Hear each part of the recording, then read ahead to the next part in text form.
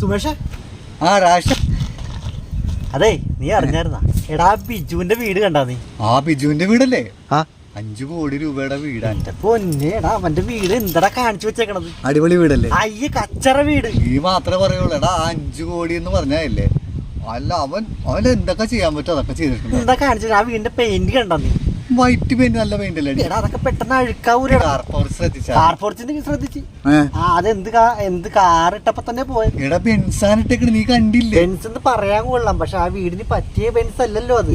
മറ്റേ സൈക്കിളെ കൊണ്ട് വെച്ചാൽ മതിയാണ്. വേറെ ആരും പറയില്ല. അവൻ 5 കോടി രൂപയുടെ വീട് പണിതിട്ട് നിനക്ക് ഇഷ്ടപ്പെട്ടില്ല, നിനക്ക് അസൂയൊന്നുമല്ല. ഇവരിപ്പോ പൈസക്കാര് ഇപ്പൊ വീട് വെക്കണേ. ഇപ്പൊ എനിക്കെന്താ 5 കോടി മുടക്കിന്ന് പറഞ്ഞില്ലേ? ഇനി കുറച്ച് നാള് കഴിയുമ്പോ കണ്ടോ 5 കോടിയല്ല, ഇനി അവന്റെ മുഖം ഇങ്ങനെ കോടിപ്പോവും കടം വന്നിട്ട്. എന്താ പറഞ്ഞ? എടാ ഗാർഡൻ ശ്രദ്ധിച്ചായിരുന്ന? ഗാർഡൻ ആ വീടിന്റെ ഗാർഡൻ അല്ലേ? ഗാർഡൻ അല്ലേ ശരിക്കും പറഞ്ഞത്. വീടിന്റെ മുറ്റത്ത് നിറയെ കാടാന്ന് പറയാൻ വേണേ. ആ പുല്ലൊക്കെ പിടിപ്പിച്ച് ജമന്തിയ ചെമ്പരത്തിയ അതൊക്കെ കൊണ്ട് നട്ടു വെക്കണ്ടേ.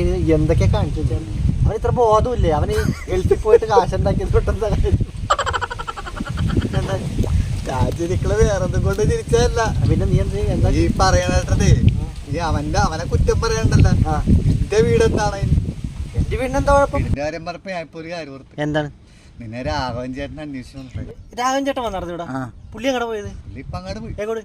അങ്ങോട്ട് പോയി. അങ്ങോട്ട് പോയി. എന്താ കാര്യം? പുള്ളിനെ ഒന്ന് കണ്ടിട്ട് പറ്റേട്ടാ. അല്ല എന്താ കാര്യം? അല്ല പുള്ളിനെ കാണാൻ വേണ്ടി ഇറങ്ങിയതായിരുന്നു. എന്താ കാര്യം? എന്താ? വേറൊന്നുമല്ല, മഴക്കാലം അല്ലേ വരുന്നത്. എന്റെ വീടിന്റെ 2 ഓട് പൊട്ടിയിട്ടുണ്ടായിരുന്നു. അപ്പൊ അത് പുള്ളി മാറ്റിയിട്ട് തരാന്ന് പറഞ്ഞിട്ടുണ്ടായിരുന്നു. അപ്പൊ പുള്ളിനെ പോയി കണ്ട് വീട്ടിൽ ഓടും മാറ്റി ആ ചോർച്ച ഒന്ന് മാറ്റിയിട്ട് വരാം.